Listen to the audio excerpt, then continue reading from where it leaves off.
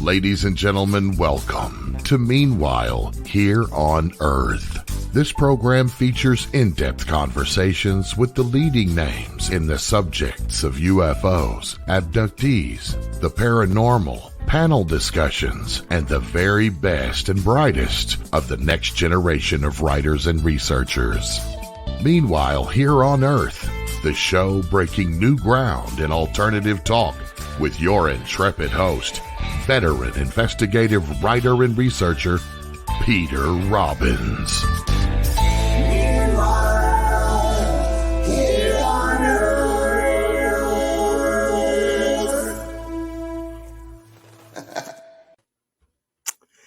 Good evening, afternoon, or morning as the case may be. This is Peter Robbins, and the program is Meanwhile Here on Earth on KGRA Digital Broadcasting. We have a panel discussion for you tonight, and one that I've been looking forward to for some time. I reconnected with this extraordinary group of individuals over the Labor Day weekend for our friends not in America. That is the first weekend in September at the Exeter, New Hampshire UFO Festival and Conference, which was a great success.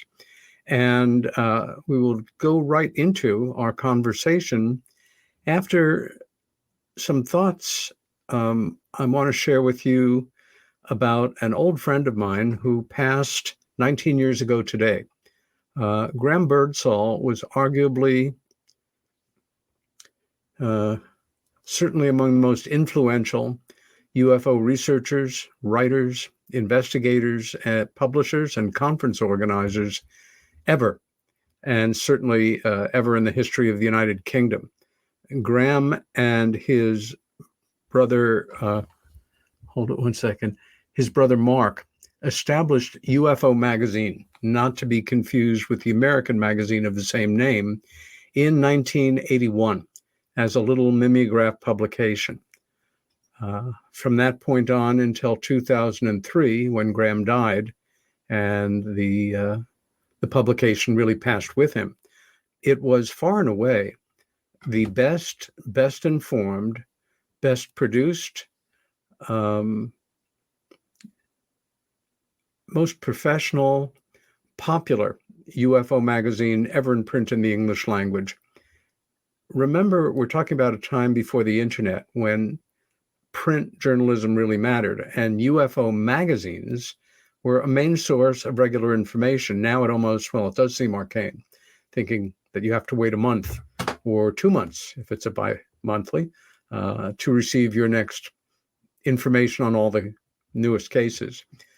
Graham set the bar very high for himself, for researchers, for contributors to the magazine.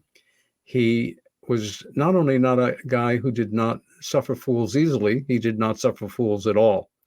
He was a big bear of a guy, a truly bigger-than-life character who created a very successful UFO business, for lack of a better term.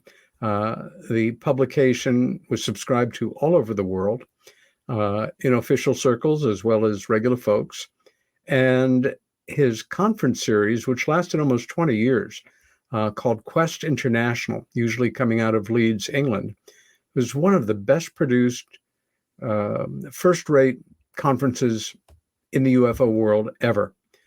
He died at 49 of a cerebral aneurysm, a cerebral hemorrhage. It came on very quick. Well, he died on the 19th, but he had the hemorrhage on September 11th. Again, this is 2003.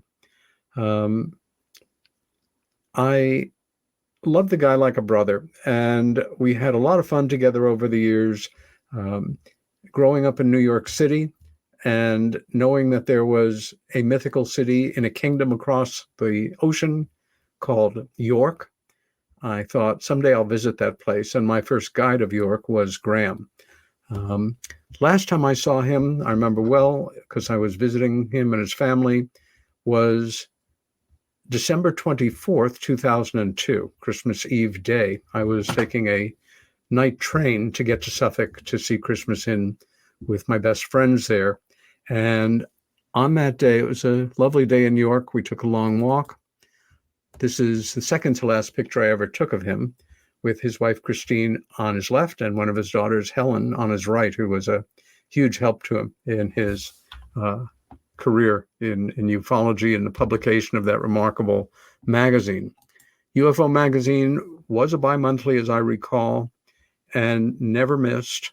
Again, superb production values, a beautifully printed magazine with the newest cases, and he would really go down to the hairpins on fact checking any content, because his name was attached to it, and he took it very seriously.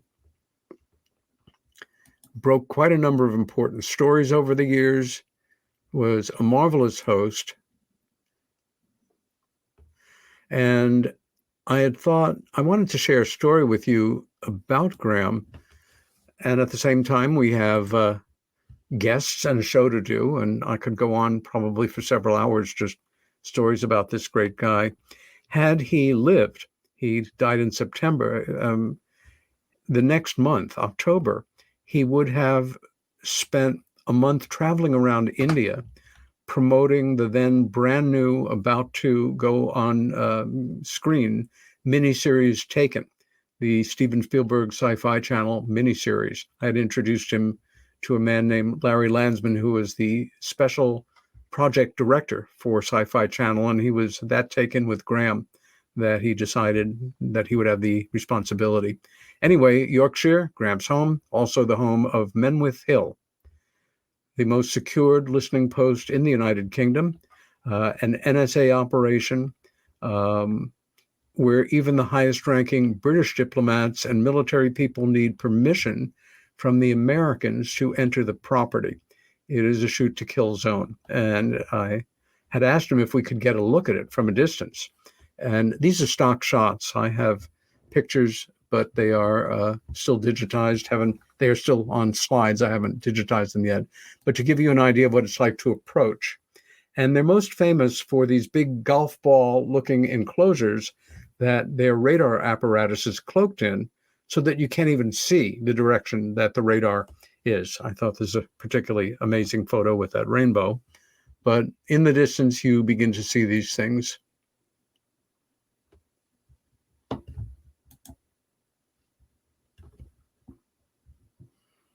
Anyway, we're driving closer and closer. I'm amazed, charmed, getting some great pictures. And at a certain point, when we would have been about the equivalent of here, I suggested that maybe we were getting too close. And he, don't worry, mate, it's okay. It'll be just fine. And we continued to get closer and closer, and finally ended up pulling in front of an official building. And two berets young men in camouflage with fully automatic weapons at the ready. I think they were Heckler and Koch fully automatic rifles. I actually was staring at the barrels more because we had pulled up with my side facing the doorway, and they are walking toward us looking grimly serious, guns at the ready. And they finally bend down and look into the car, and they see Graham. And Graham, how are you doing? It's great to see you. We love the last issue of the magazine. What's coming up in the next issue? Had a lot of subscribers of these young guys, early 20s, stationed there. Very high security clearances, but they loved the magazine. It's the only funeral I ever traveled to England for, and it was very much worth it. He was a great guy, and somebody who really said, this is the contemporary weapon of choice that they're using on Menwith Hill right now. My recent research gave me. The other ones that I saw were much larger, but I'm sure shot as big a holes in people. Anyway, he really did set a very high bar for all of us, and loved life, was gregarious as hell, died at 49, but then most of the men in his family died young, as he told me. And he certainly could belt him back and chain smoke and eat heavy foods and stay up late with the rest of us, and packed in more in his 49 years than most people would in double that time. This is the last picture I took of Graham, the way I love to remember him. and learn more about Graham Birdsall, a great man, a great guy, and a very important contributor to the world of serious UFO studies. That said, our show tonight. Our one guest who will be off camera for the show, but very much with us, is Mack Maloney. He is the host of Mack Maloney's Military X-Files radio show and podcast, and our other guests are also show participants. He's authored more than 40 books on a variety of subjects, including UFOs in wartime, Beyond Area 51, and Mack Maloney's Haunted Universe. Commander Cobra is a former Air Force and Coast Guard pilot who flew special operations missions during the Iraq War and appeared in the blockbuster movie Bad Boys 2. Raven is co-producer of the show and reports on all spiritual and mystical matters. She has her own detective agency and had it from the age of 9 years old. She lives in a very haunted house in upstate New York, hopefully a fairly good distance from mine. Juan is the show's technical expert. He's a Navy veteran, having spent much time tracking Russian subs in the Caribbean. Willie Clubb is the show's security chief and government reporter. A veteran of the IRS, he screens all the show's fan mail and gifts, submerging them when necessary for 30 days or more in water. The Mack Maloney Military X-Files show is heard in 52 separate countries. Ladies and gentlemen, welcome to Meanwhile here on Earth. Hello. Oh, thank you. Thanks for having us. You're most welcome, and it's great to have you here. I know you're all radio veterans. You did your own show for years. And I want you to use this show really in any way that you'd like. You all are friends. You all are colleagues. You bring different skill sets to the game. And I wanted to start out by asking Mack, how did the Military X-Files show start? And how did you pull this particular group of people together to produce the shows that you do? Well, it started when a friend of mine, Mack Maloney, started the show. And then about a week later, we changed it to Mack Maloney.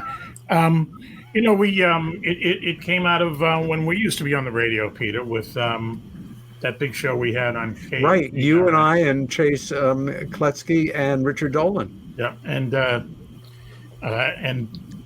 a few other people were on, but that was an interesting show. That was groundbreaking. Yeah. And then I'd be on Race's show every once in a while, and then that kind of devolved into what we know as Mack Maloney's Military X-Files show now. We've been doing it in this version for about 5 or 6 years. And Raven, did you serve in the military?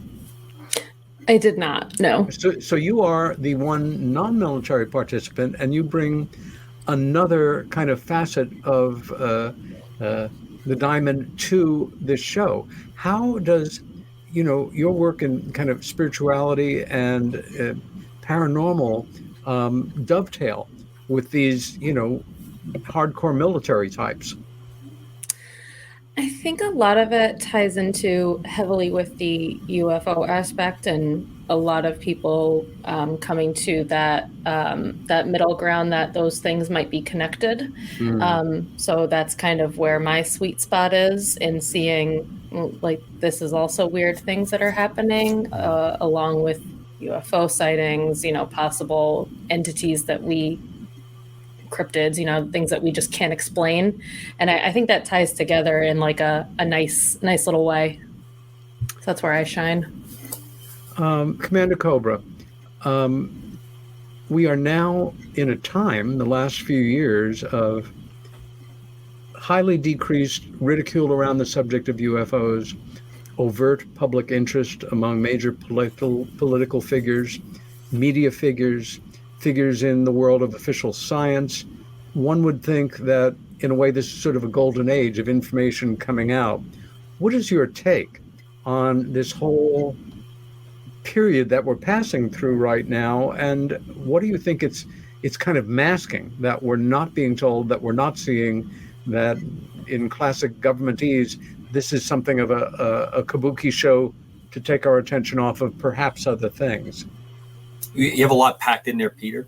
So I'll say that chaos is probably the greatest purveyor of possibilities of having things break out. Because when you get into a chaotic period, which we are right now, there are many groups that are infighting on the control of information. Probably since the 90s, we've seen a very strict, disciplined approach to weaponize information, and I think that's what we're seeing. We have different factions that are trying to bring truth out and control truth, and then versions thereof of what's happening around it. So I am hopeful that we will have a major breakthrough. But as I spoke to you about a little bit when we were together in Exeter, I'm not one that needs proof to back up what I believe. And I think more and more people are growing in that chorus, that they have seen enough to know what they believe, what they feel, and they're content with that. And they obviously would love to see more information come out. But I think they understand that, as you said, there's a bit of theater going on here, and there's a bit of information control, and our pockets are being picked, literally and quite figuratively, while certain information is played up in front of us. Yeah. Juan, would you like to pick up where Commander Cobra left off on that? Well, I think what Commander Cobra says is true, because I tell you, we believe this guy all the time. He's got major credentials, so what he says is true. What bugs me is that is the U.S. government sitting on information that we should really know about, and if so, why would they be sitting on it? Seems like every little piece, a little nugget that comes out, there's always a caveat saying, well, the rest of it is secret, or the rest of it is not to be disclosed, and off we go. So I'm thinking at some point in time, the U.S. government will be forthcoming, but I don't know when that time would be. At some point, maybe not even in my lifetime. And however, I think CC, if I'm not mistaken, believes that that time is really around the corner, or here now, and we're seeing it because of the money that's being put into the new organization. I forget the title of it, but it's incumbent upon the government and the security services to get their act together and give us the information that we've been requesting for quite some time. Before I go to Willie Clubb, just a thought, devil's advocate idea to put out. I think one of the main reasons that the government, for lack of a more descriptive term, has not been forthcoming with information that it has and that it could have put out decades ago. Part of it is hubris. Part of it has to do with that culture of secrecy, an inherited culture. We don't elect these people. And that kind of cabal sharing of power that I can't even really imagine, of being one of a very small group in on a very large series of secrets, whether or not that might include crashes and recoveries, back engineering technology, or some of the more exotic aspects and more challenging aspects of the wider world of UFO studies, like UFO abduction. The government, the men in the government who are responsible for dissemination or lack of dissemination of information know that if this came out, they, as well as all the rest of us, would be revealed as really helpless in what we are up against and what the intentions of these other intelligences really are. Willie, your thoughts on that? Well, Peter, first of all, I think the important thing here is that when we talk about the government, we're really talking about the military. Yes. In the military-industrial complex. Yes. I think it's been clear over the years that the politicians have very little control over what's going on with these situations. It's we can see that the military is primarily the leader here. They're making the decisions, you can see all of the contacts over the years have been primarily with the military, starting with, of course, Roswell and, Project Blue Book and Rendlesham Forest and Area 51. So it's always been, to me, the government is the military and not the political side of it. Yeah. I believe now that there's social media is a major driver of why there's a sort of a push to get more disclosure out to the public. Yes. Still very limited, but I believe that's where it's going. I think we saw that in last November, when the Congress announced there was a new organization that was established within the department. Yes. And that was called the Airborne Object Identification and Management Synchronization Group. That's a mouthful. And, we had the Intelligence Committee of the Senate involved in that. Yes. As you all know, they had a hearing. It was everywhere, even on C-SPAN. And so that gave me some confidence that we were going to start seeing something happening here as far as disclosure. Then in May of this year, the Congress House Intelligence Committee had hearings. Yeah, the first time that they've been open to the public in about 50 years. Yeah. And they had members of the security agencies there. They showed a video from an F-18 fighter. Wasn't a lot more, but it was sort of like trying to tell us that, they're trying to be more disclosure oriented. And now in July of this year, all of a sudden, that group that I just spoke about has been disbanded, you might say. Yeah. The new synchronization group. And the government, or the DOD, has now announced that it's, first of all, changed its name so that the new office is going to be the Anomaly Resolution Office, all domain Anomaly Resolution Office, with the acronym AARO. So they're making it a little easier for us. But the interesting thing there is that they are sort of changing the focus on that. They weren't too clear, but basically they've renamed the original group from last November. And so right now we're waiting to see what that's going to be all about. But they did say that it's expanded the scope. Yeah. We were very disappointed initially because that first group was announced with a lot of fanfare, but nothing ever came of it. So now with this meeting in this public forum that's happened during this year, something's going on. And particularly where all of a sudden the politicians are coming out of the closet here, you might say. That's right. And they're all spearheading. The first session was headed up, as I mentioned, by the Senate. This most recent one in May was headed up by the House Intelligence Committee. So something's going on here, and I think I'm fairly confident that we're going to find out more as the time goes on. I certainly don't believe they're going to have a big press conference and tell us everything that's going on, but clearly they know a lot. They know a lot more than they've ever told us.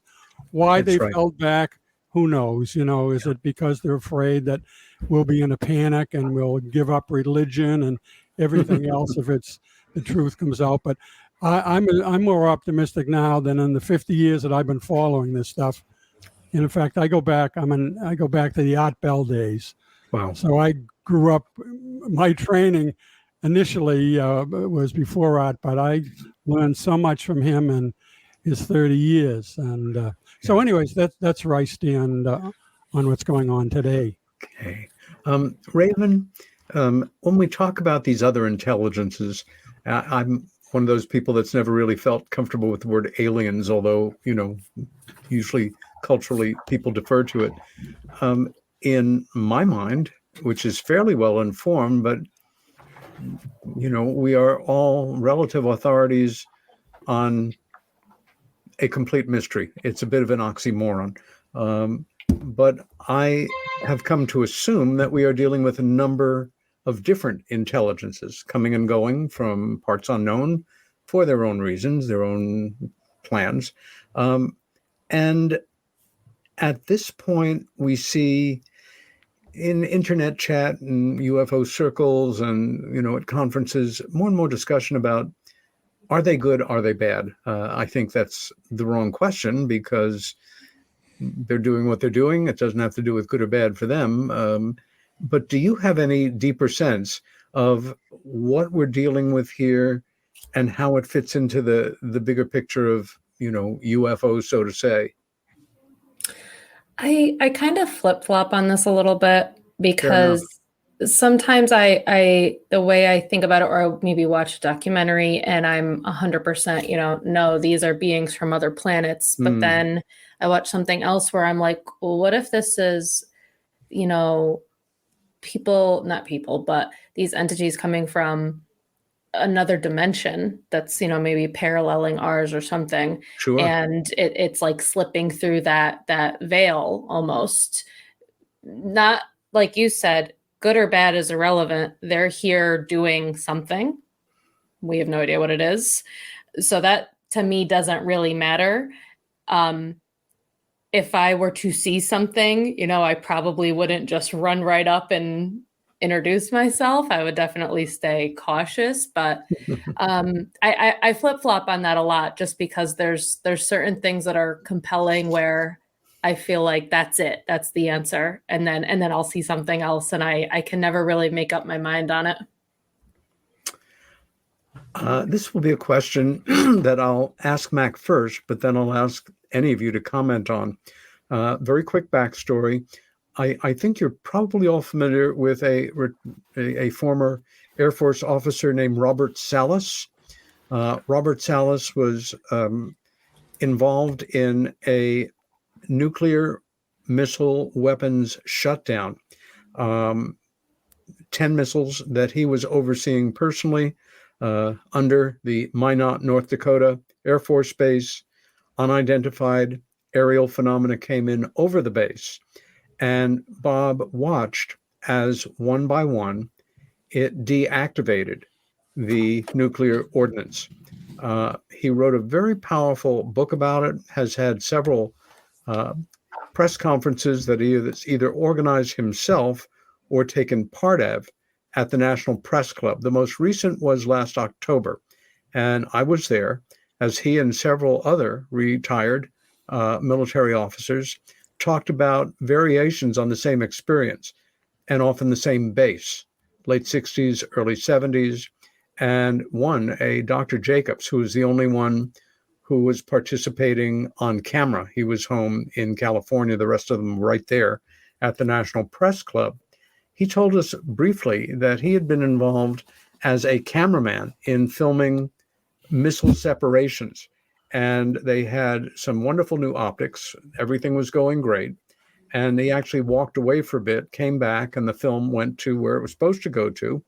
And his higher up shortly thereafter asked him to come to his office, asked him if he had been messing around with the footage, playing with it. Obviously not something that one would do in a top secret situation. And he said, no, of course. And they showed it to him. And the last stage, the dummy warhead, was moving through space, absolutely black behind it.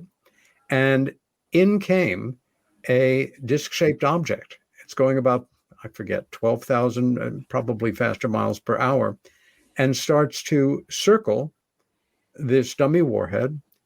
And then at 4 points, equidistant, fires a quick beam of light. It's all on camera.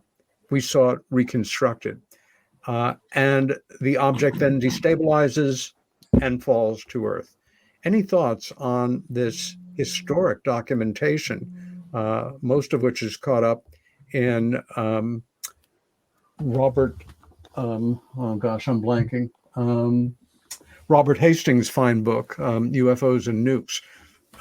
Mack, you want to jump in on this?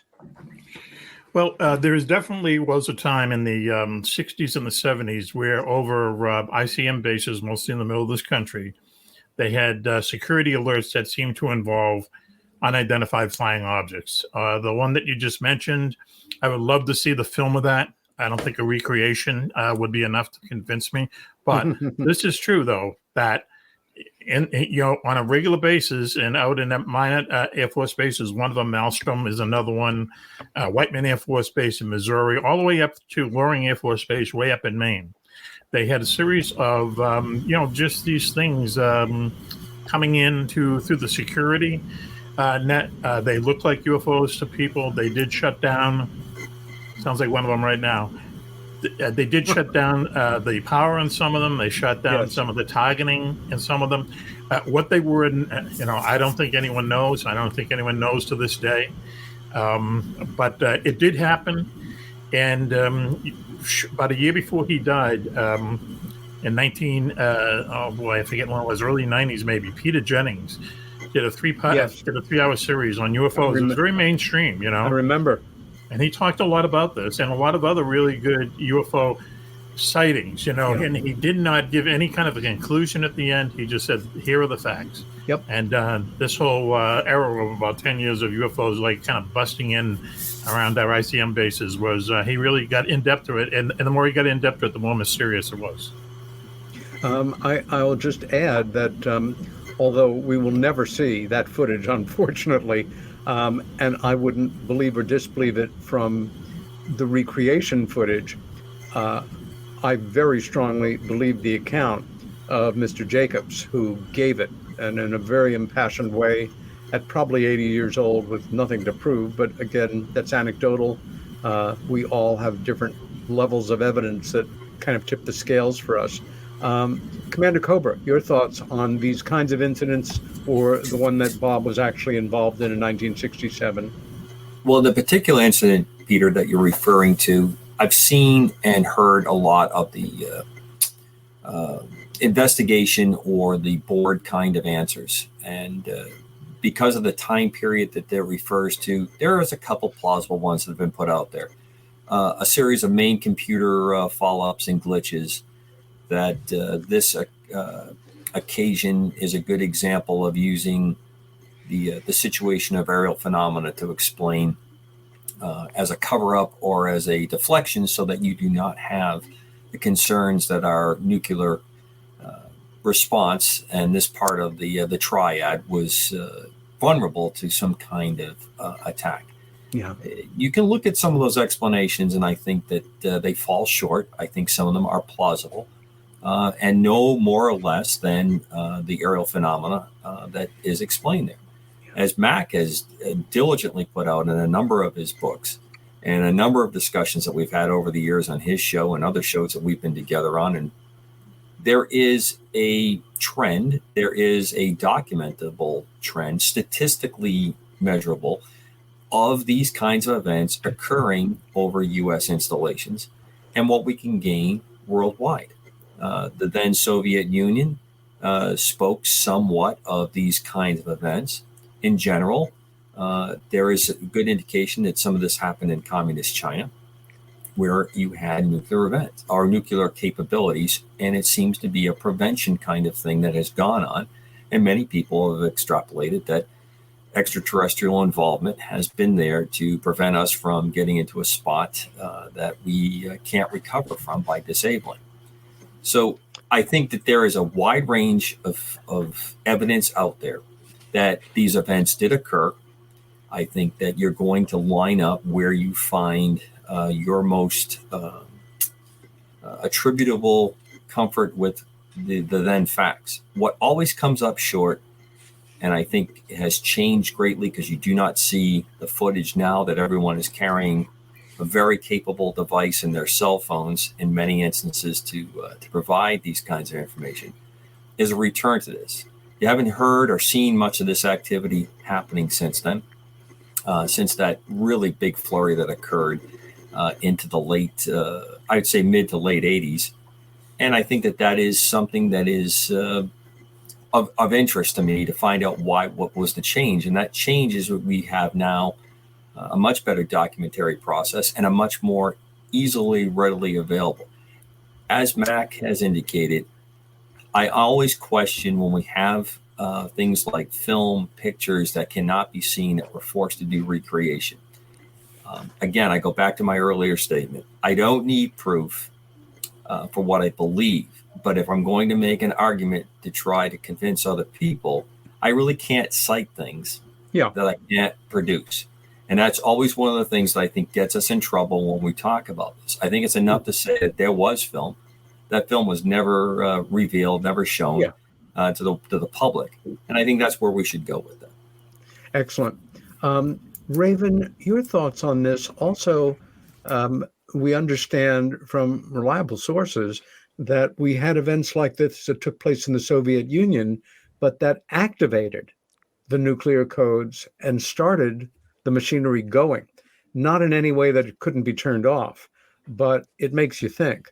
But the best documented cases that I'm aware of are other intelligences, whomever and from wherever, shutting down this deadly machinery. Your thoughts?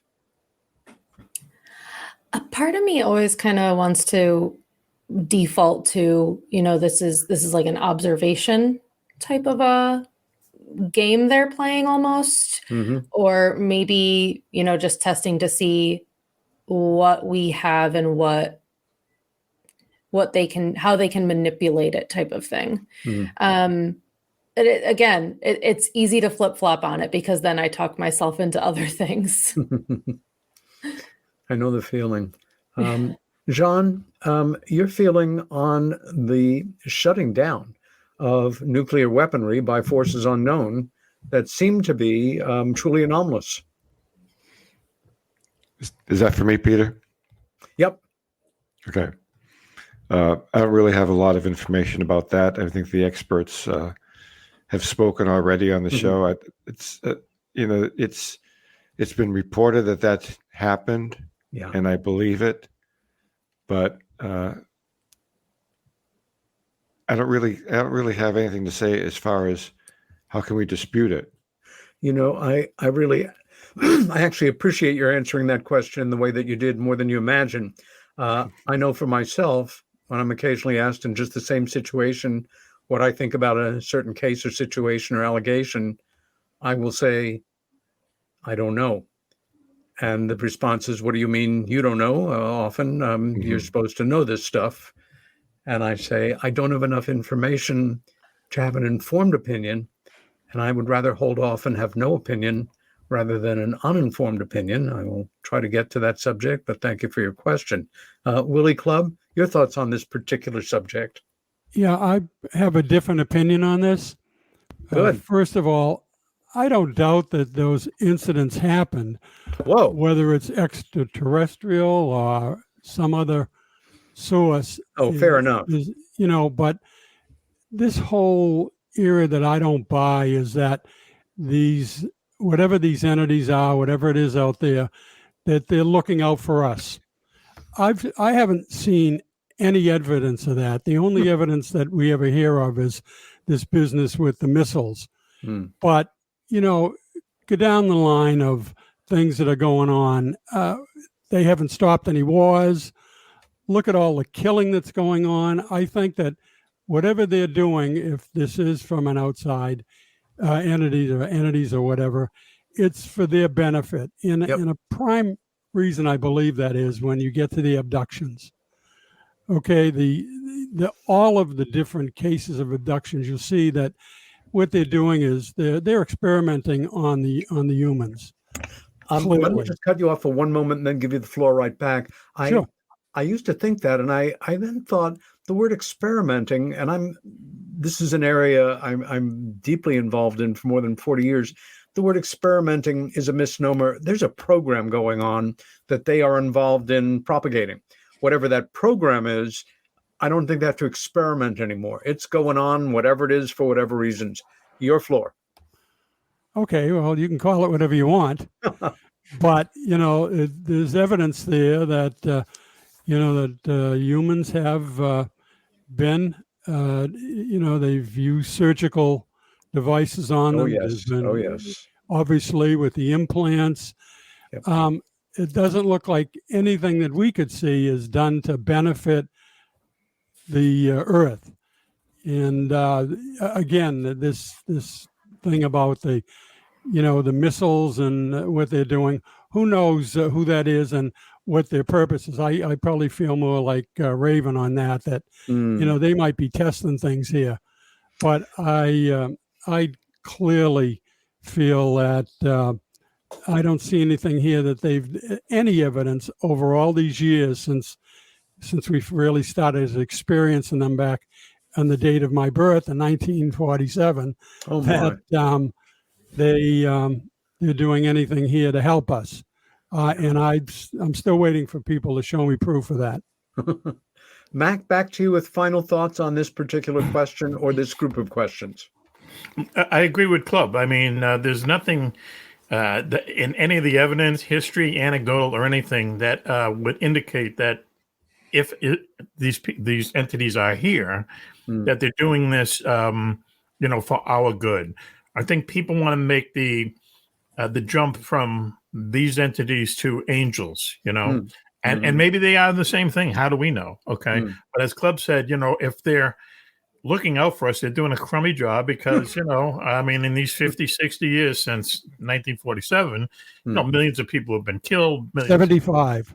75 years of, starvation, war, cruelty, slavery. They're not doing a good job if they're looking out for us. Agreed. Devil's advocate, and it's an extreme point on a certain level, but do you think it's possible that their continued abductions and examinations following family bloodlines overwhelmingly, which still continues to amaze me, but we simply have too many well-documented cases to see otherwise, that their possible intentions are looking ahead at the history of the toxification of this very special little planet, which I think we can deduce means something to them as well as to us, maybe even more to them the way we're treating it. But that, is it just possible they're trying to create a being that's part them, part us, and better engineered to tolerate the continued toxification of planet Earth? Is that appeal to anybody, or is that sort of pie in the skies thinking? Let me just say, could I just jump in real quick? Apple pie in the sky. Why would they, in my opinion, why would a civilization, or whatever you want to call them, that would be so advanced that they would be able to come here for 75 years or even more, actually all through, history itself? Why would they do this and take so long and go through in such a strange manner, abducting people, tearing up cows and stuff like that? They'd just do it. Maybe if there are cows being, found mutilated and stuff like that, and there are a lot of really good natural reasons for that. Yeah. Well, but if some of them aren't for natural reasons, why would they be picking up cows? I mean, come on.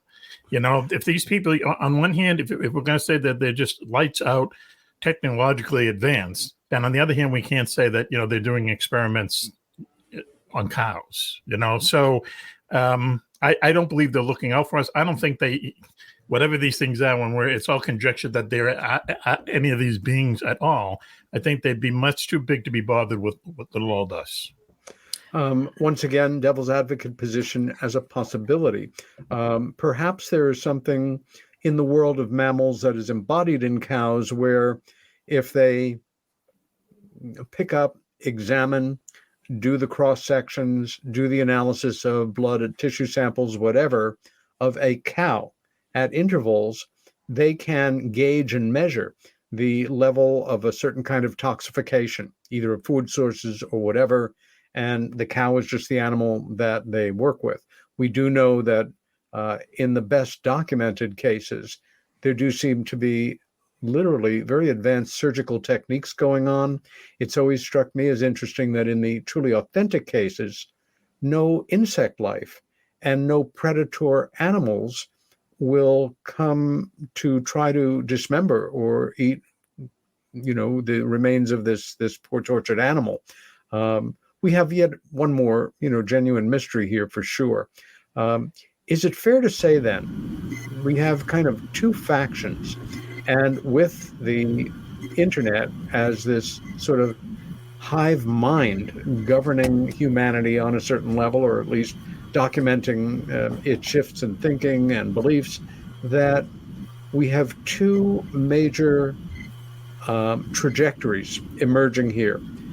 One, more what you are all talking about, that we need to be cautious. They have never done anything to establish their overt friendship.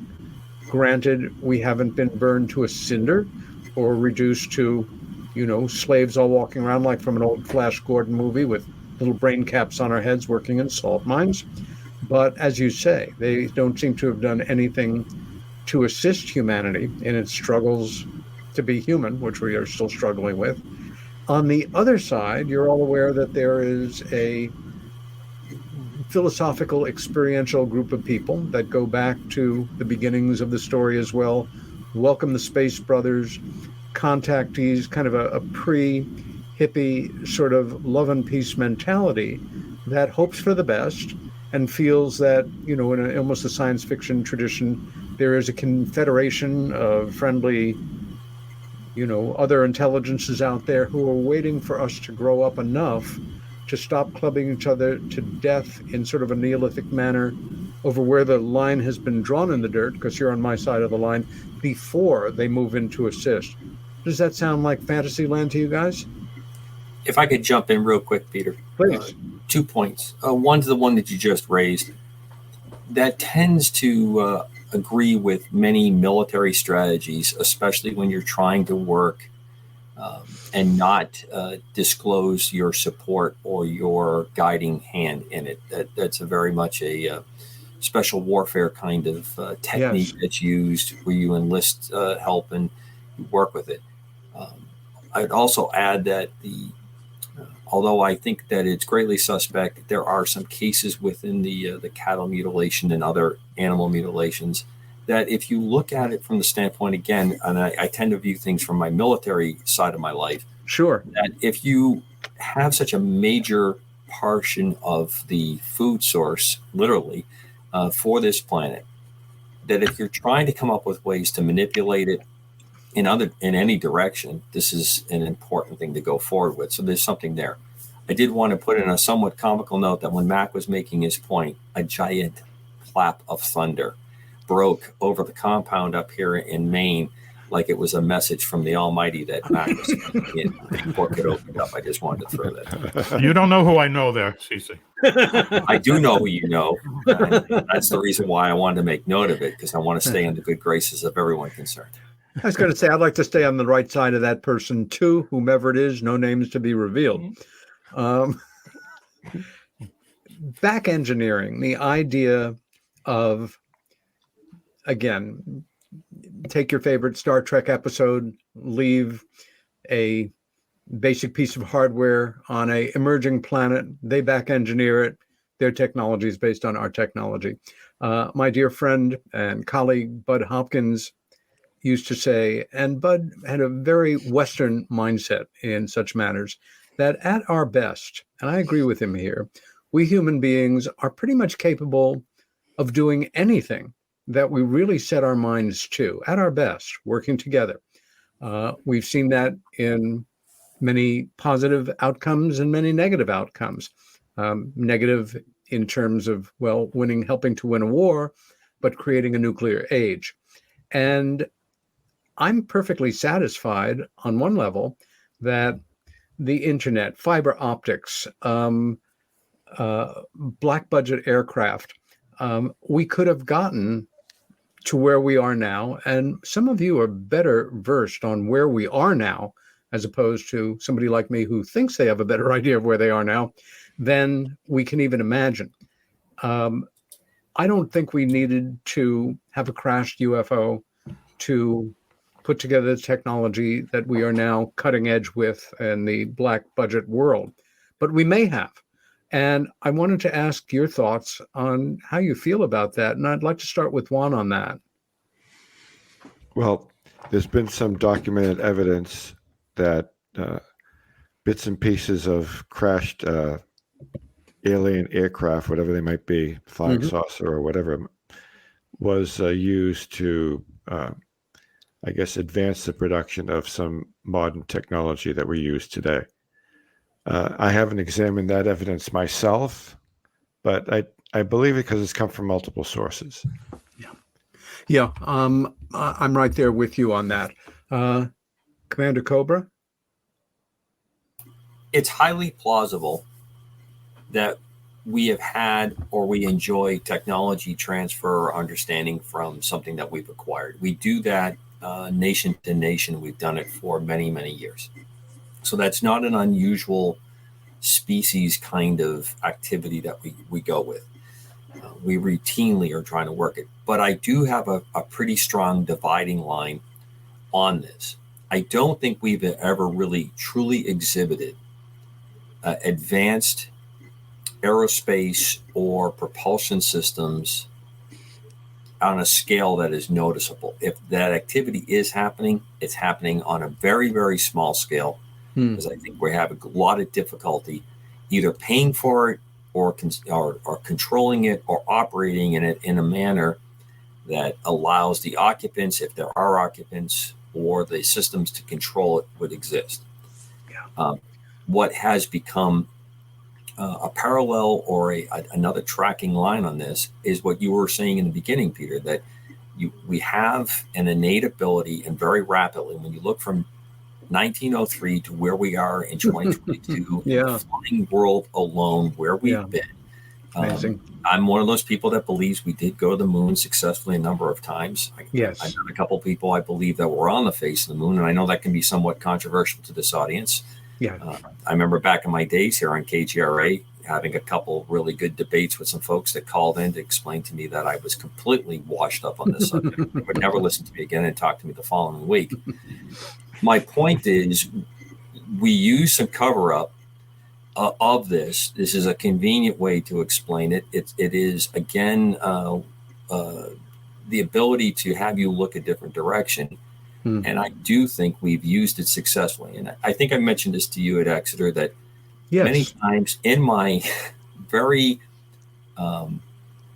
modest aircraft with some very, very advanced tech that we were carrying inside it, I would prevail myself of what was available online for people that were observing the sky, which happens at great numbers here in the United States and worldwide, just to see if our activities were being noted and people were reporting strange activity that was going on. And it was nothing extraterrestrial, I assure most people, but it was an interesting way to track how we were being seen, how we were being observed while we were on these exercises and things that are going on.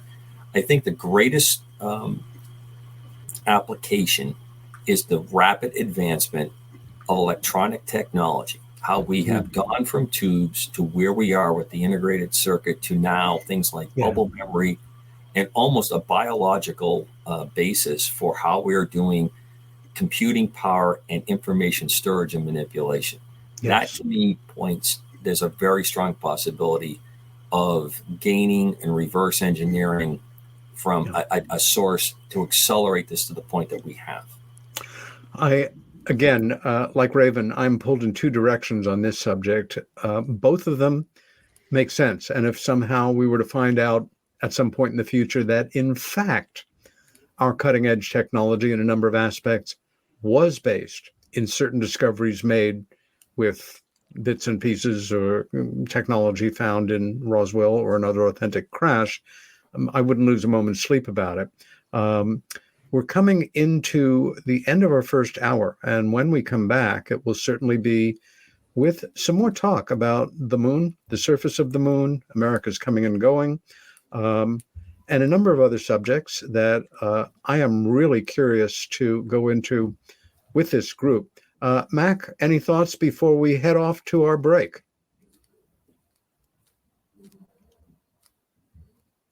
The aliens got him. I knew it was just a matter of time. Either that or the NSA. Willie, you're saying? Yeah, I'd just like to end on that note, going back to Area 51. Yes. You know, the talk about the craft or whatever that they had there.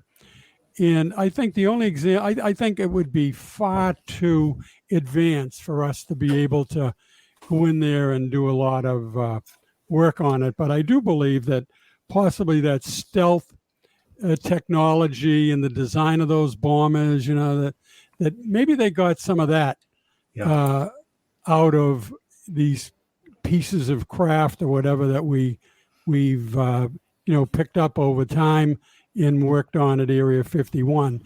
Yeah. And lastly, as far as the issue of technology and all these things that we're developing, NASA deserves a lot of credit. Yes. Okay, we talk about all these things, and but you look at a list of things going down from insulin pumps, water filters, scratch-resistant lunges, memory foam, anti-corrosion coating.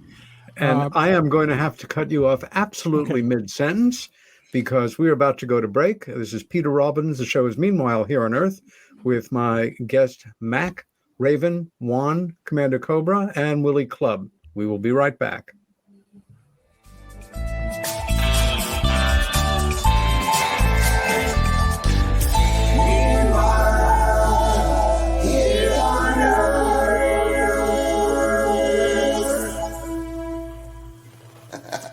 Hey members, the new KGRA DB app is now available on iOS and Android devices. Gain on-demand access to any KGRA DB programming. Download any show directly to your mobile device to listen or watch on the go. Go to the App Store and search KGRA DB.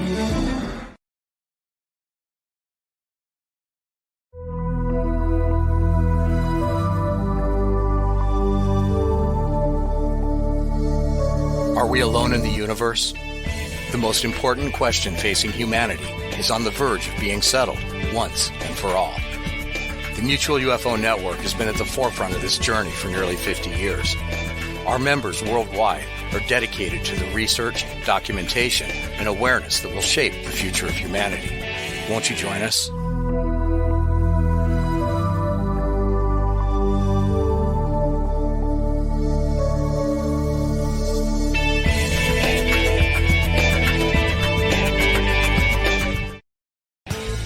Discover the Observation Deck, a one-of-a-kind virtual event platform that takes video conferencing to the next level by using avatars to navigate a campus.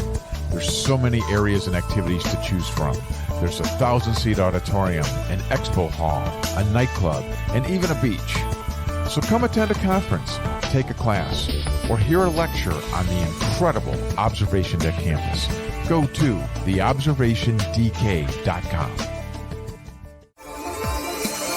You're listening to the KGRA Digital Broadcasting Network.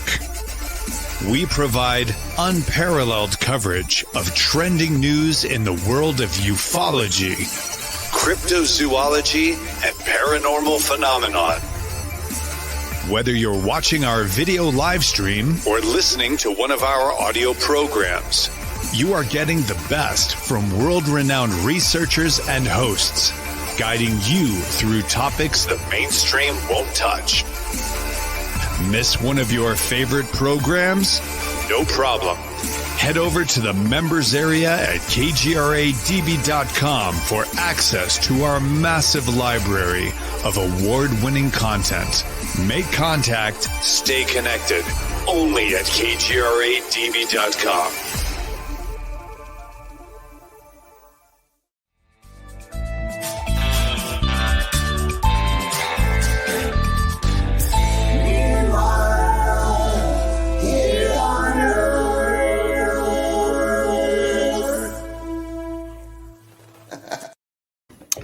And we're back with Meanwhile Here on Earth, your host Peter Robbins, and our guest tonight, Raven, Juan, Commander Cobra, Willie Clubb, and the inimitable Mack Maloney. I thought we should really start our second hour with something that I hope will be a point of contention, because I know you all don't agree on the same thing. Mack, are you there? Yes, I am, Peter. Good. Can I ask you a question? Uh-oh. What's my last name? What's my last name? Mahoney. Okay. What's the question? Go ahead, please. Thank you. Next time you have to ask him how to spell that, and then we'll work from there. With a H. My question goes back to the wonderful show that you and I and some nobody named Richard Dolan and Chase Kletsky did on this network years ago.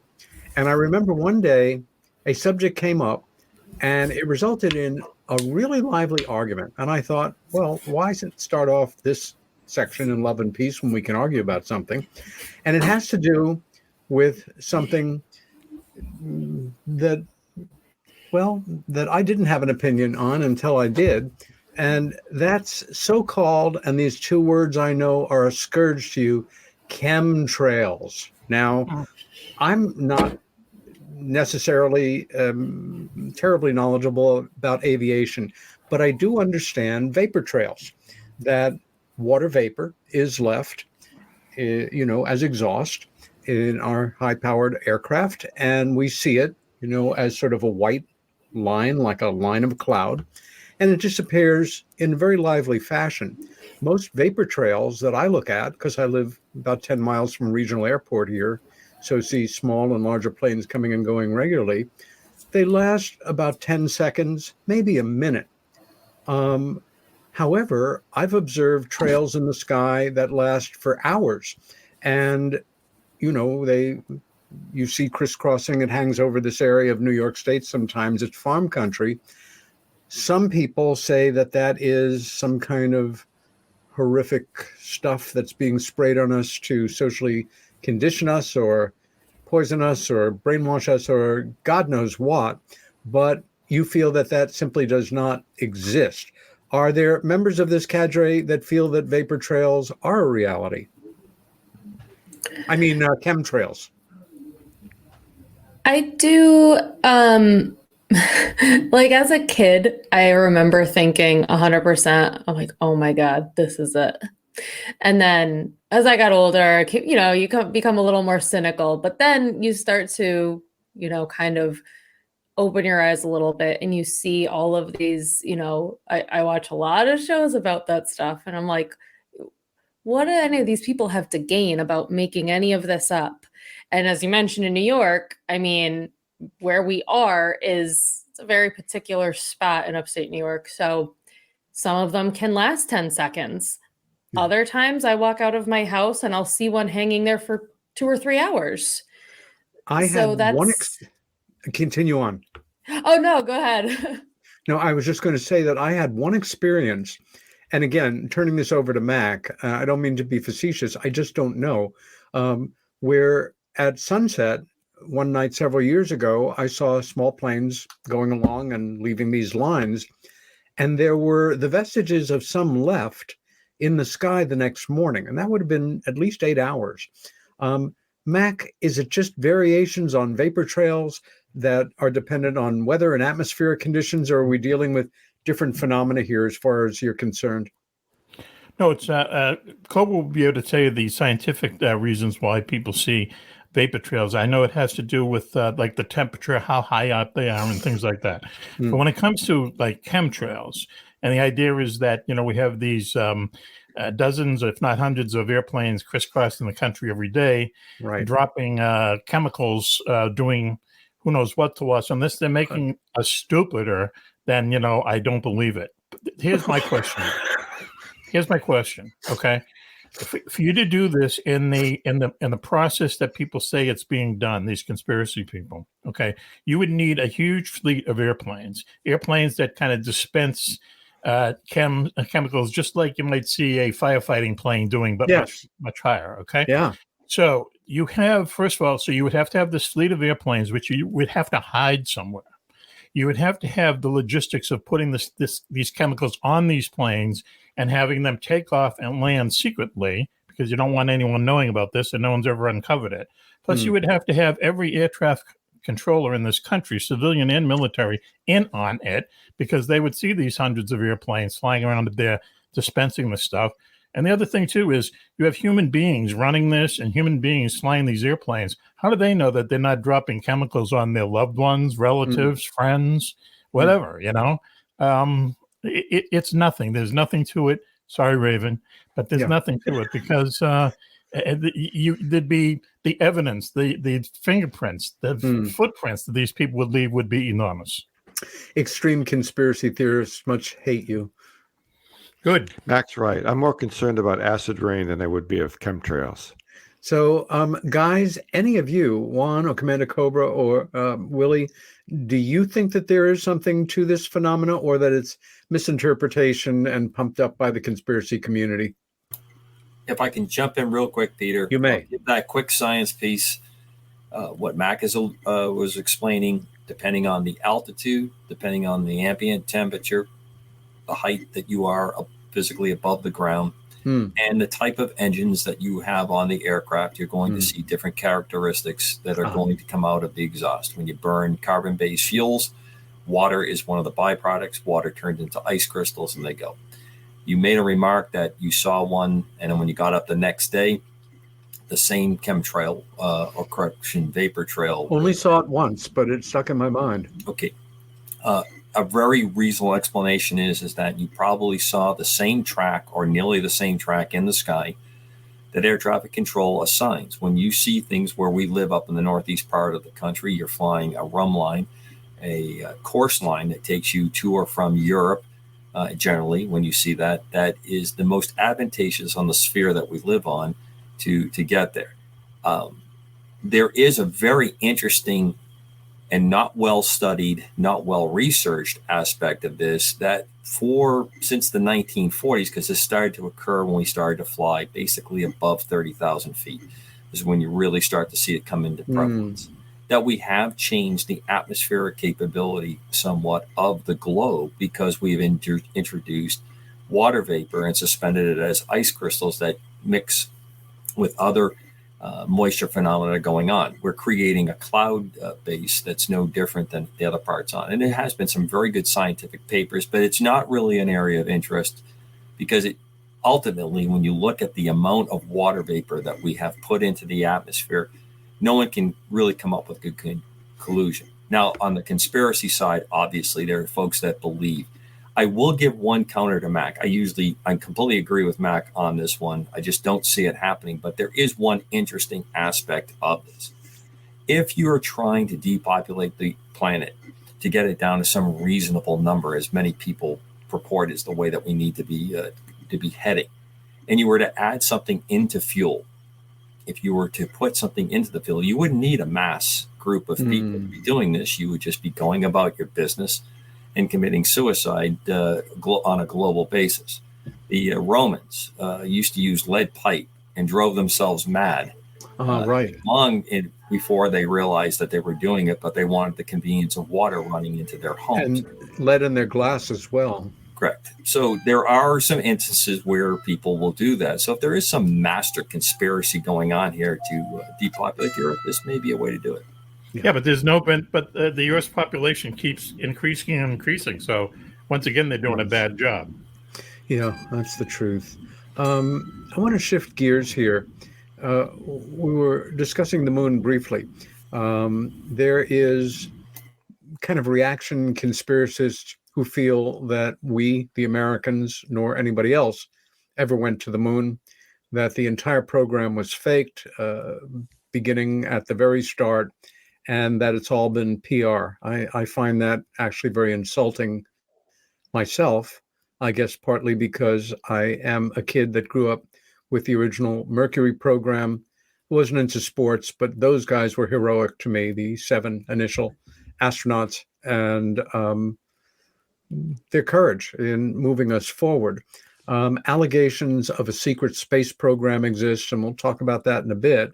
But as far as the moon goes, not only do I feel that we have gone there, and was lucky enough to number among my friends Edgar Mitchell, who was the 6th man to walk on the moon, and woe to anybody I can imagine who would have told him when he was alive that he's a liar and he never went to the moon. But the alleged photos that have been with us for decades now of things on the moon that shouldn't be there, the seeming remains of civilized structures themselves, things that seem to mimic what a mining operation on a large scale might be from an aerial satellite photograph on Earth, a very large tower, anomalies. These are things I think you're familiar with. And right off the bat, do you feel these are all misunderstandings, or that there have been intelligences on the moon working it, or we have done it, or we are doing it, or somebody's been doing it? And I'm going to begin here with Juan. Your thoughts on this question? Oh, man. Your opinion. Jeez. I know you've never been there. Well, I assume you've never been there. It's just like Stu on one. I grew up with he's gonna eat. I grew up with you. I grew up in your era, and I remember reading all the theories that it's green screen technology, and this never happened. And but again, it's what you read, what you see. As far as I'm concerned, what you read, what you see, and what you hear about. I haven't been a scientist to examine the data myself, but I'm pretty well convinced that we did land on the moon, and are walking around on it, and we got the rover out there doing things and picking up pieces and stuff like that, which is amazing. I believe all of that is happening as we speak. Yeah. I don't want to deny the folks who claim that this isn't so, because they have the right to their opinion, and then they have their databases to maybe help form that opinion. But for me, I think that it's all real. It's all happening. The moon exists, and it's pretty visible from the new visual aids we have up there. Yeah. So now we can see it. Yeah. Now we can see what's going on. Yeah. Before we go on, just you brought up again a very good point, which is what our information is based in, threshold of belief, what passes for evidence for us. First of all, any photograph can be manipulated brilliantly well. We all know that, and that's been the case for many years. I came into the subject of UFOs almost against my will, and very quickly, and became obsessed with it at the start. And this would have been still in the later 1970s. And at the time, NASA offered a print catalog. It was newsprint, I remember. And what it was thousands of little numbers and descriptions of what satellite took what photograph of what part of the moon. Some of them had tiny little, Xerox copies next to them. And again, this is a program that has ended, I believe, before 1980. But for $1, NASA would send you an 8x10 chemical glossy of a Hasselblad blow-up, as high resolution as they could get it. And they offered thousands of them. And myself and two of my early colleagues, Pete Mazzola, a very tough, no-nonsense New York City police detective, also a great UFO investigator, and Antonio Huneeus, a brilliant journalist who I kind of got into the work with. We kicked together and we ordered, I don't know, maybe 24 photos, and then we spent time sharing them. My dad was a jeweler, and from the time I was a kid, one of my toys was always a 10-power loop, which I always keep one handy. And we all started going over these photos in detail. Again, this is a few dozen photos out of thousands, out of hundreds of thousands, maybe, of, ones that were ultimately offered. And one thing we figured out pretty quickly was that NASA did not have the manpower to vet each individual photo they decided to offer before offering it, because on several occasions, we each came across, going millimeter by millimeter, things that just didn't look right. And almost anything can happen in nature.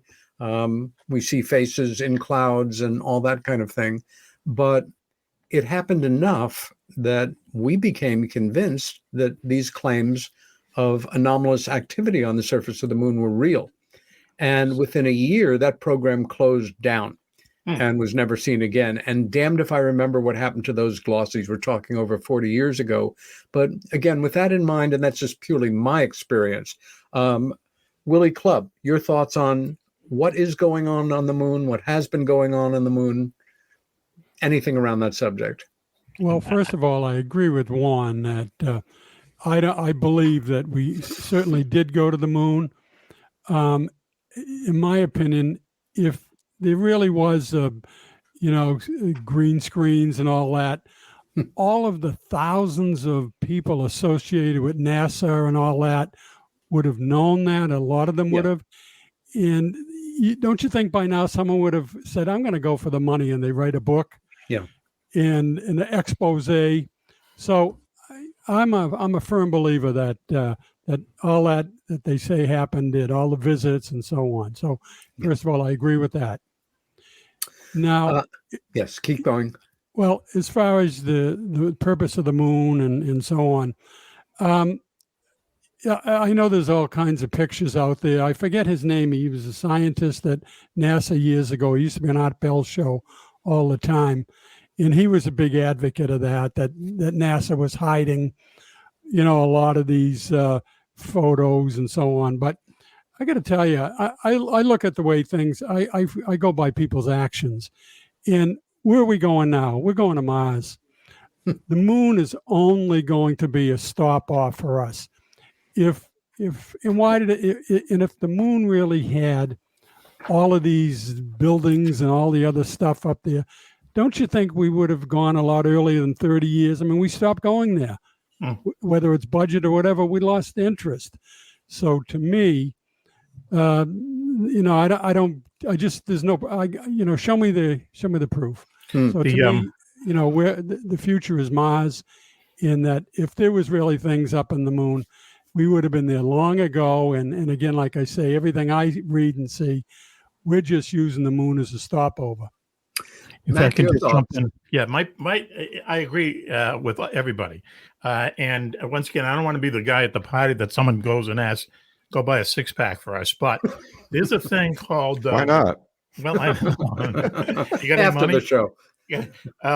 There's a thing. There's a Japanese satellite that translates into Luna, Lunar -A, and it's been in low moon orbit for about 3 or 4 years now. And there's actually a website that you can go on. This satellite has photographed every inch of the moon over and over and over again, and lets people see the live feed. Okay.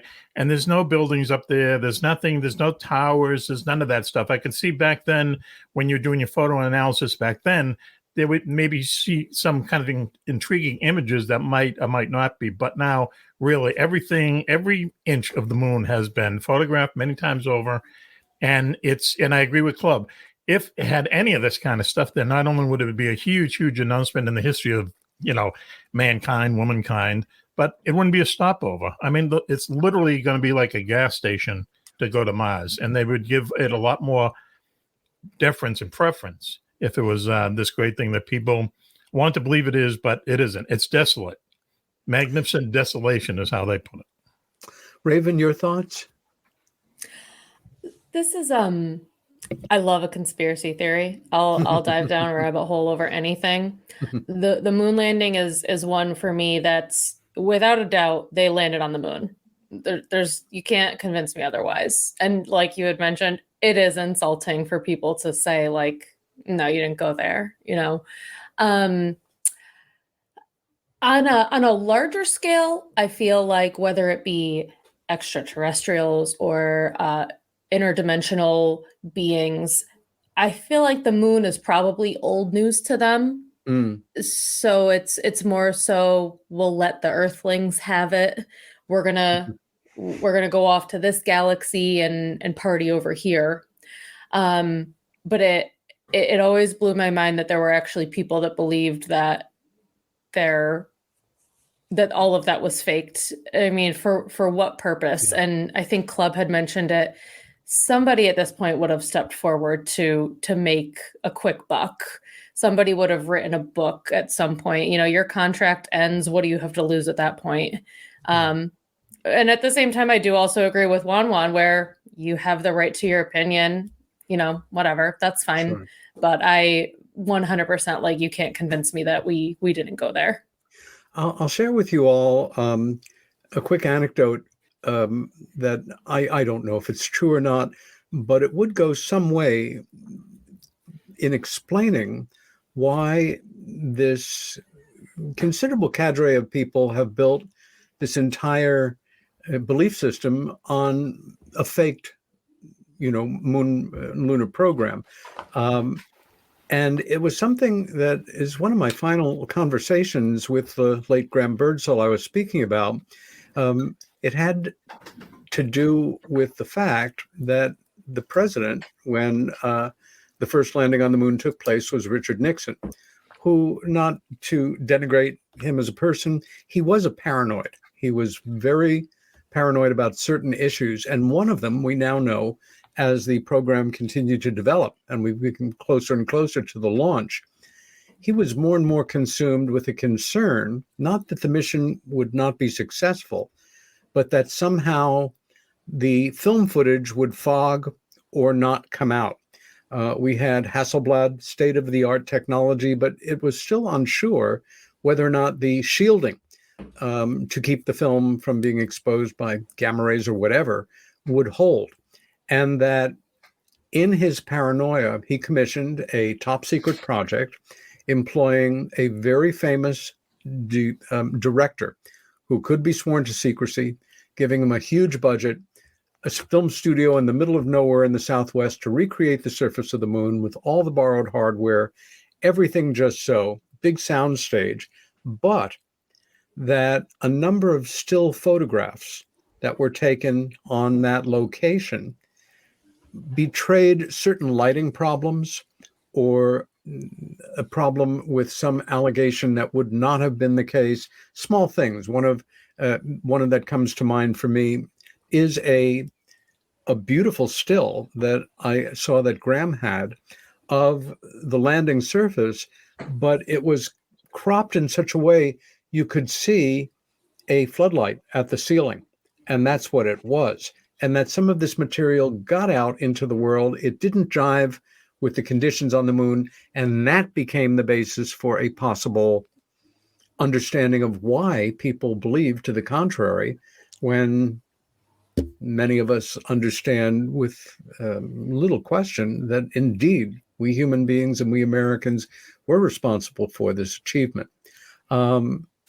Moving from here, something that is called, generally speaking, the secret space program. And it has become a darling of extreme thinking, although I have no doubts that there has been what I'll call, for lack of a better term, a secret space program, that everything that has gone up has not been reported to us. Certainly military hardware, missions that have been done in a classified manner, no problem with it. But some of you may be familiar with claims of a secret space force that fights out in the universe, bad aliens, and then debriefs people at the location, the way station on Mars. Then, because they're assigned for years on end fighting the dog people of Tralfaldamore or whatever, that they then have to go back in time to be reinserted in their bodies, and other things that I find pure bullshit, but that there is a faction of people within the world of UFO studies believe. Your thoughts on a secret space program and where the reality lies and where the unreality lies, and begin with you, Commander Cobra. Sure. Don't ask me about the moon landing. And I had all the great stuff, and I wanted to share my Gene Cernan story, but that'll be for another show at another time, I guess. Okay. So now I get to handle this grenade. Let me put it as gently as I can, Peter. There is no doubt in my mind that we have a secret space program, but it's going to disappoint a large part of the KGRA audience, that it's not what I consider what they hope it is, with interesting stories of body transfiguration. Thank you. Working with it. I don't see anything there to back any of this up. But I do think that we have been involved in a global nation struggle in our very near space, fighting a very pitched battle, thankfully to this point greatly bloodless as far as I can see what has gone on, but we are engaged in trying to fight the orbital space around us very, very clearly for information and reconnaissance control, and probably even to the point now with our dependency on satellites for navigation, satellites for communication. Yeah. But you're talking about our earthly enemies, nothing.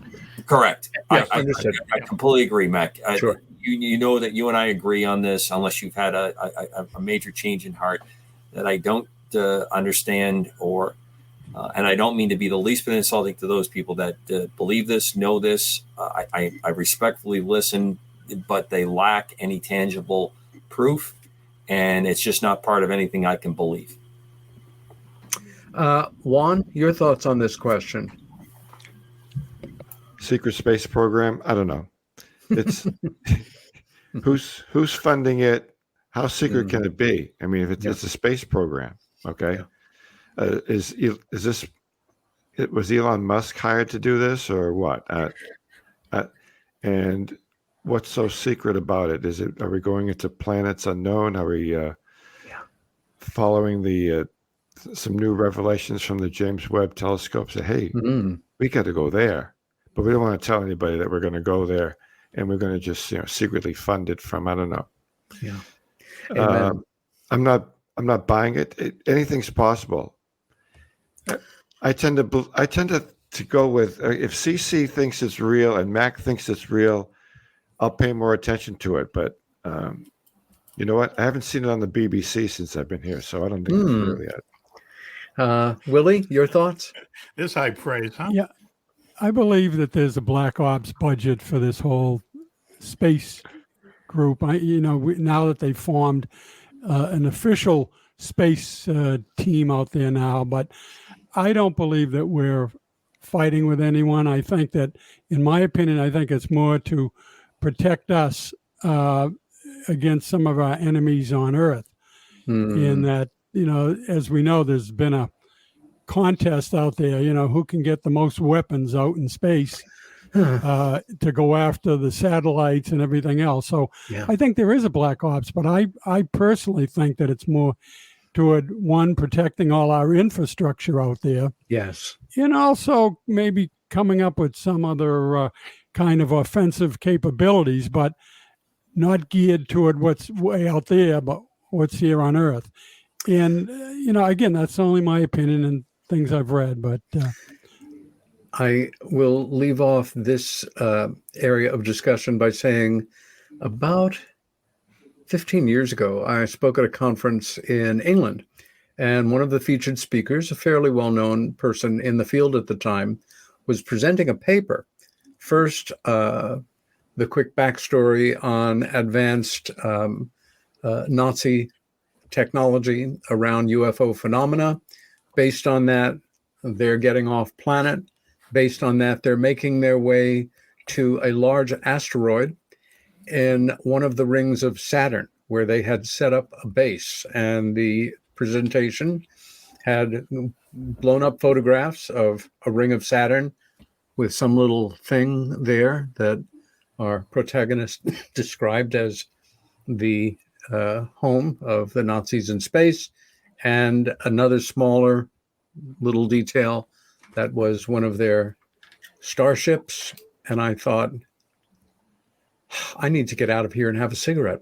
And again, there are people that take such allegations very seriously. And it brings me to another question, and one that you are all in a position to, I think, give some reasonable reflection on, which has to do with under President Trump, a new military agency was established called the Space Force, which the first time I saw their camouflage uniforms that would not have hidden you in space, I had my concerns about it. It's called a Space Force. NASA was chartered, as we remember, for peaceful endeavors in space and for study, and that it was to belong to all of humankind. Well, that didn't last too long, apparently. And the weaponizing of space is a reality increasingly so. We don't seem to be able to beat this basic feeling of we need a defensive stance, and we have bigger sticks now, and we have to deploy them because the Chinese or the Russians or who knows, the Indians or who's next in the great space pantheon may want to take an advantage or disable us. Do you feel that behind the government's increasing openness, and again, the government meaning the military industrial complex overall, is again more of a kabuki play to mask the fact that we are seriously getting ourselves into military preparedness off Earth? And if so, do you think it's all to address our alleged potential enemies on Earth, or there may be an aspect of this arming sensibility to do with them as well as us? Commander Cobra, you're first. Peter, you have again packed quite a bit in there, so let me try to run down as much as it as quickly as possible. Did you write that down? From a military standpoint, a separate Space Force makes a lot of sense. We just celebrated the 75th anniversary of the United States Air Force being a separate service.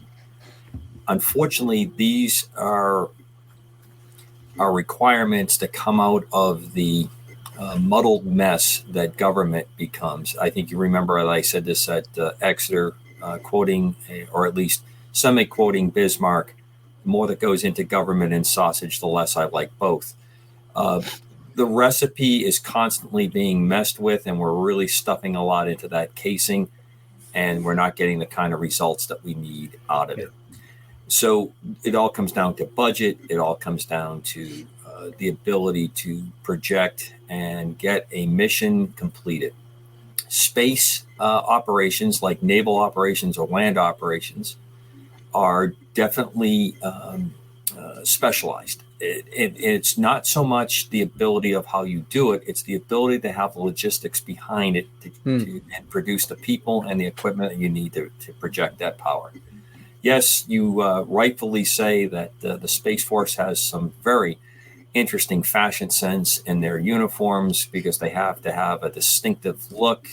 I think they basically went to one of the earlier sci-fi shows of the 80s there. I cannot remember the name of it. And they copied those uniforms. They didn't even have the good measure to go with Star Trek. I would have voted for the Star Trek part of it. And the other part I would have probably gone for is the Star Trek command kind of setup. One of the things I don't like about Space Force is they followed the Air Force, which is a land-based force, kind of command structure, and I don't think it quite fits what you need for what they plan to do with it. But that said, the missions that are out there and the missions that they're being confronted with is to try to control in the realm of space operations, extra atmospheric operations, the ability to thwart an enemy's capability, know what an enemy is going to do, as well as provide and prevail in the case of some kind of space-based warfare.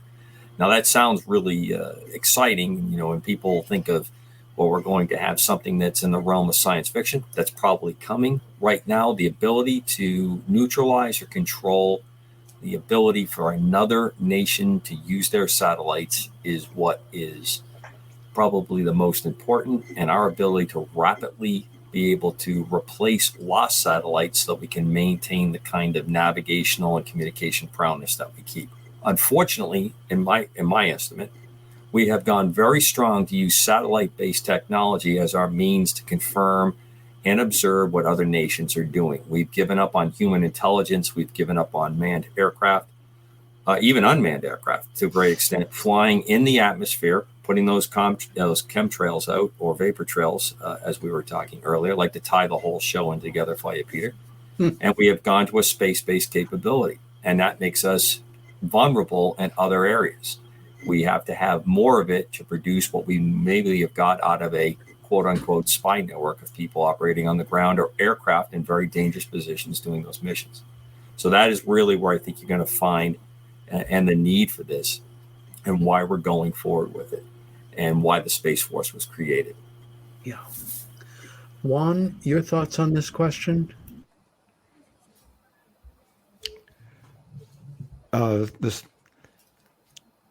We'd be crazy to think that we don't have a space force, whether secret or non-secret, working surreptitiously behind the scenes so that nobody else knows what the heck we're doing.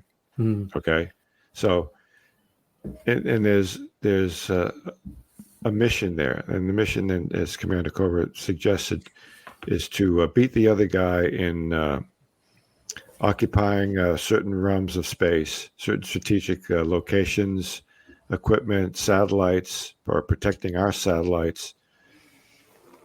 I guess the secret part of it is that we don't want anybody to know the extent of it, or how advanced we've become. Yeah. The uniforms notwithstanding, I was thinking more of Spaceballs than Star Trek. but here we go again.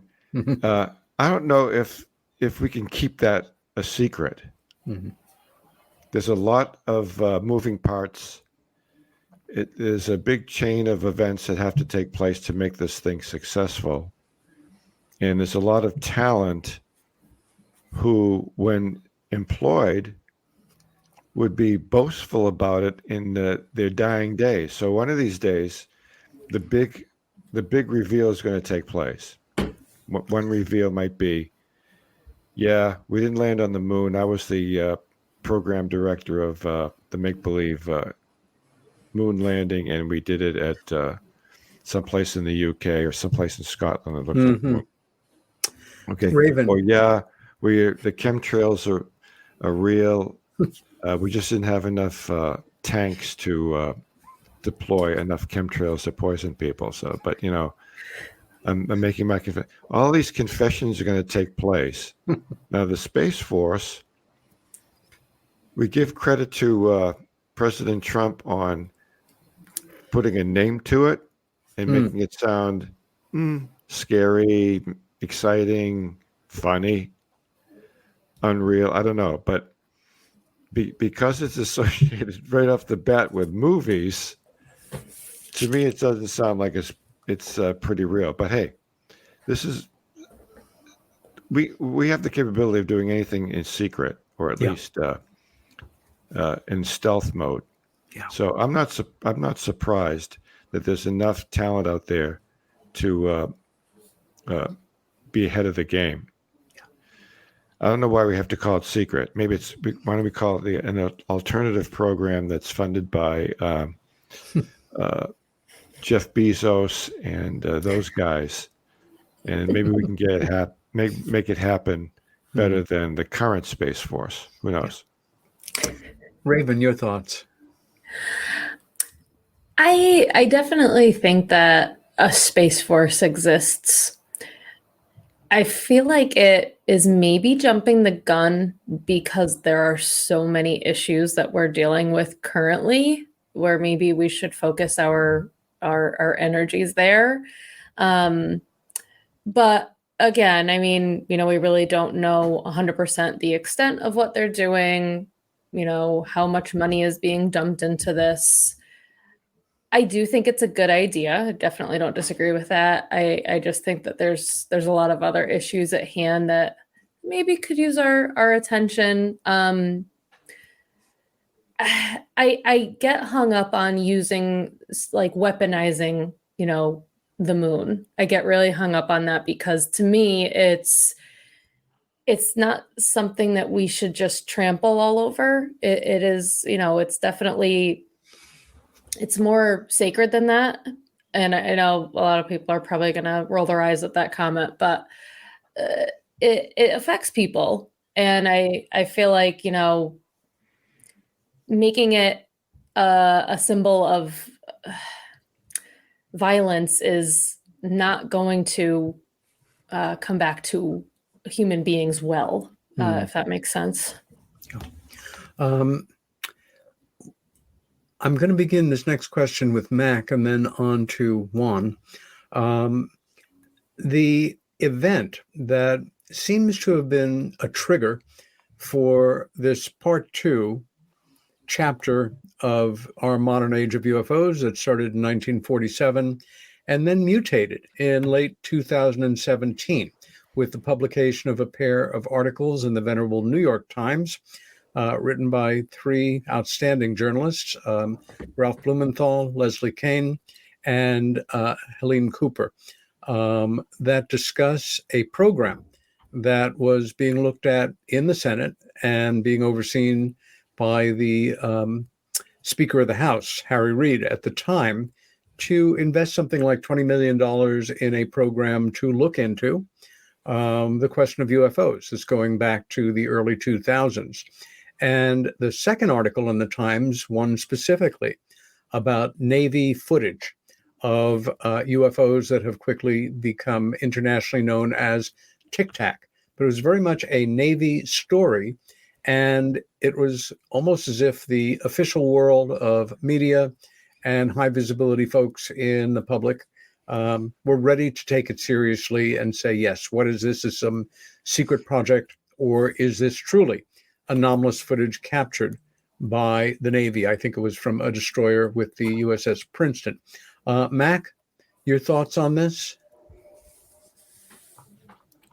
Well, there's no doubt that those videos are real. The Tic Tac videos were taken by Navy pilots in the middle of during training and weapons training and things like that. And that's kind of important because the new committee was actually established to make sure that UFOs do not hinder the security of our training ranges and our weapons ranges. Yeah, it's semantics, but that's really the thing that they said that they wanted to spend the money on. I think that the whole idea is that they started Project Blue Book, that ended in '67, and they said, okay, that's the end of it. So they lied to us there because we know that it went at least to the 90s, and they admitted that they had the secret program, and then Harry Reid did get some money. That went nowhere.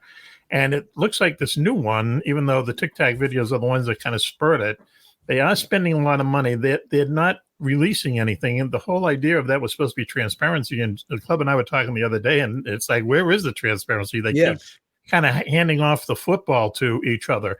But I just want to say this, just overall, because I know we're coming to the end. When you think about it, and once again, I don't want to be that guy, but when you think about it, all of the things when you have questions about, what does the U.S. military know? Do we have re-engineered stuff on our weapons? And, do we have the secret to anti-grav and so on and so forth? You have to remember that the things that the U.S. military does, not to defend them, but and NASA as well, they're technological advances that if people want to assign them to the aliens, that's actually denigrating, humans. These are things that humans have done. The space shuttle, for all it's worth, it was launching a dump truck into space, but there was 137 missions to the space shuttle. 27 of them were for the military, and they think about another 20 were also somehow involved with the military. The military would not launch the space shuttle into space if they had the secret to anti-grav. As far as Space Force is concerned, I agree. I agree with them all, is that there is a Space Force, and there are odd things up there that are flying around we might not know about, but it has nothing to do with flying to Pluto and Saturn and all this stuff, because once again, where's the logistics? What I'd like to do is have our friend Richard Dolan on. We could probably debate this, because I know he's a Secret Space Force fan, Juan, you served in the Navy. Your thoughts when you first were aware the story was breaking, and what you think of the whole thing at this point? I'm sorry, I'm going to beg off on this question because it's just I think Mac has really nailed fair it enough. down. I mean, he nailed it. I don't think I have much to add to what Mac said. And Commander Cobra, your thoughts before we move to the next topic? Very briefly, I had the great opportunity to talk with a number of the folks that were on the Princeton, interviewed them. Yes. There's no doubt that they recorded actual events. Where I probably have my biggest departure with Mac on this is that I'm convinced that this is terrestrially controlled technology. Its source I couldn't tell you. I think it does have advanced propulsion. I think they did purposely run these kinds of quote unquote exercise type runs on there. And it is a perfect self-licking ice cream cone when you see all the other things that have been added in. Harry Reid, when he was leading the Senate, had a number of people, Mr. Bigelow being the primary aspect of it, that use this and has some very interesting space technology to bring this up. But I don't think the altruistic goals were to reveal anything or really bring out information. I think it was to move budgetary support into this area and move it forward. If anyone believes that we do not have actively running military operations or military assessment of anything and everything that flies anywhere near that we can see, they're deceiving themselves. We do this for other countries. We would do this for any other reason that it's out there. And I remain convinced that the Tic Tac, because of other things that were mixed in, and I got into it with a number of hosts there here on the great KGRA radio station years back, trying to explain to them that some of those videos that were thrown in there were exercise videos that I was not part of, but I had seen in debriefs that were going on, showing other things mixed in there just to keep the hype going. A lot of this is deception, and the deception is to allow for not to reveal the true purpose and everything. As the line went in the right stuff, no bucks, no Buck Rogers, and we're playing big money all the time trying to make these things fly and go forward. There's no doubt these events occurred in my mind when we talk about the Tic Tac. I just happen to have a fairly minority view of what it is and what we might be up against. Well, it's a well-informed minority view, that's for sure. Willie, your thoughts? Well, I agree with Cobra as far as much of this is budget related. You know, they bring these things out to increase the budget. I certainly do believe there's activity out there. And as I mentioned previously, just go back to this May, the House Intelligence Committee, they had a intelligence officer on there who showed a video of the item that was taken, a picture that was taken from an F-18 fighter. So, you know, May is the latest that they've shown us something, not much, but then that disappoints me because I really think it's budget related. They must be, you know, coming in trying to get some more funds right now. So they give us little bits and pieces of things, particularly Congress, just to get some more funding. Yeah, no question about it. As we come into our last 5 minutes or so, the question of truly anomalous UFOs that are advanced technology, because we all know that there's a great deal that we do not know, cannot know about the phenomena, and a percentage of it may be ethereal, interdimensional, what have you. I'm more concerned with, in our discussions, obviously, in talking about the corporeal, the metallic devices from parts unknown that come and go with impunity for their own reasons. Any thoughts as we close on them? Raven. That's a tough one. Basically, why they're here, why they come and go. A lot of it, I think, is they're just kind of watching what we're doing, you know, just kind of keeping tabs. I don't know if it's necessarily they want to help or hurt us. I think it's really just, okay, like, I mean, this is going to sound really dumb, but the way that South Park did it years ago, where, you know, Earth was a reality show. I always come back to that. I'm like, what if that is? I have no problem with that one. Yeah, like you really think about it, you're like, it's not a far-fetched idea, in my opinion. But yeah, I mean, I just don't know. I believe in other things being out there 100%. I just, you know, there's, again, I flip-flop with it because there's that, you know, well, what if it's this? What if it's this? And then my mind just goes crazy. Amen. Commander Cobra, in closing, your thoughts on the true nature of what is unexplainable here, what is definitively off Earth, not us. Peter, two things. my first reaction is going to be there's no doubt that this is occurring. And it troubles me to a great extent that they have not revealed themselves. That is what keeps me up at night, so to speak, on this. Yeah. Because if you're able to do this, what deal have you conjured up with some of the best and brightest of the self-appointed elite of this planet to keep it from the rest of us? Why don't you just have as we talked about in Exeter, the day the earth stood still moment? Why have we not had that moment? What is going on? What is this grand theater behind it? Thank you. I really enjoyed being on your show. And I just want to give a quick shout out to the greatest audience on the planet, the old way I used to sign off on KGRA. Thanks very much. You're most welcome. And thank you for that thought. Willie, your thoughts as we move to the end of the show? Well, when you look out at what's up there, I think, first of all, they don't have any interest in interacting with us, or they would have by now.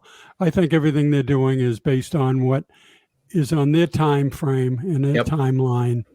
And there's no doubt that, people are seeing things, but what's the percentage? I think only 5% of the UFOs, or whatever we call them, are unidentified, actually.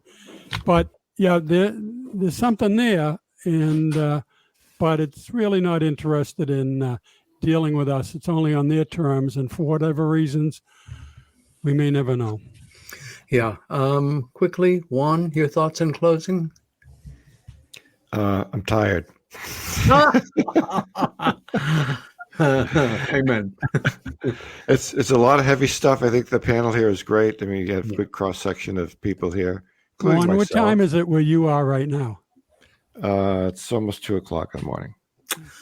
That's right. Of course. It's 10 minutes to 2.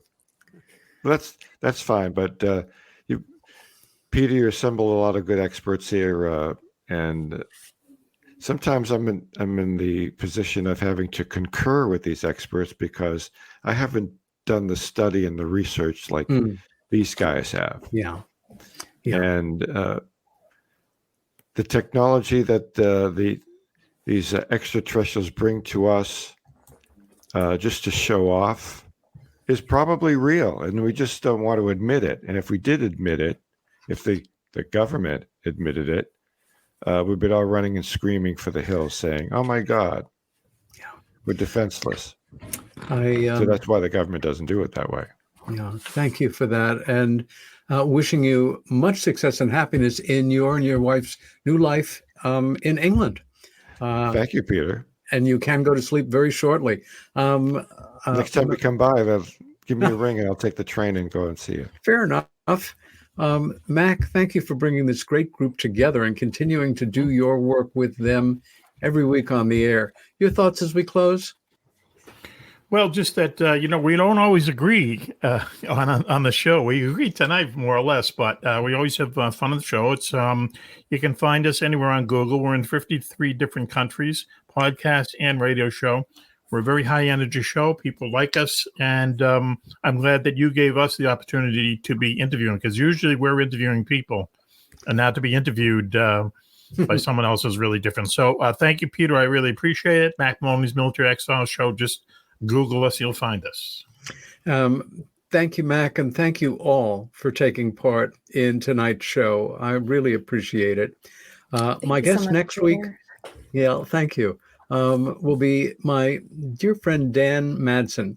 Dan is somebody who is not involved in the UFO world per se, but as a boy saw a singular life-changing episode of Star Trek when it first started out, and then began to work for and with Gene Roddenberry and the Star Trek cast and production people, appearing in films, running their fan shows, their fanzines, then saw a film when he was a little older called, what